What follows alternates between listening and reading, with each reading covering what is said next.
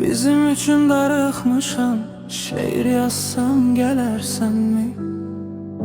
Sənə elə möhtacam ki, bu aralar duysam, görsəm gönərsənmi?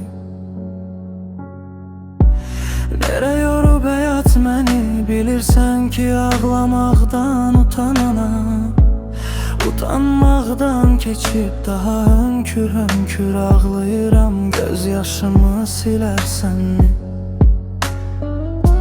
Hamı məndən üz çevirib, doğmalarım düşmən olub, qəlb sirdaşım, ürək dostum. Bilsən necə təklənmişəm, gəlib mənə ürək dirək verərsənmi? Baş götürüb getməyə də yerim yoxdur, satılmışam, dağılmışam, ruhum ölüb. Mən savaşdan sonra qalan xaraba bir yurd olmuşam, mənə həyat verərsənmi?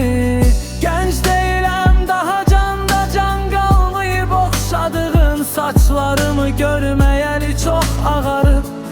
Bir zamanlar mənə dərman təkcə səndin, indi hər yeməkdən əvvəl sonra dərman.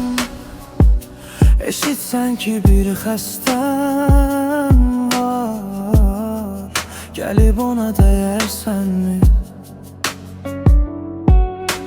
Hər gün qonaqsan yuxuma ruhum, gecə olan kimi sənə gəlir. Nə olar ki, sən gerçəkdə mənə gəlsən, qucaqlasan.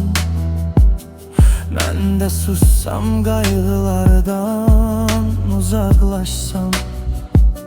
Sən də qalsam, yenə məni əvvəlki tək sevərsənmi?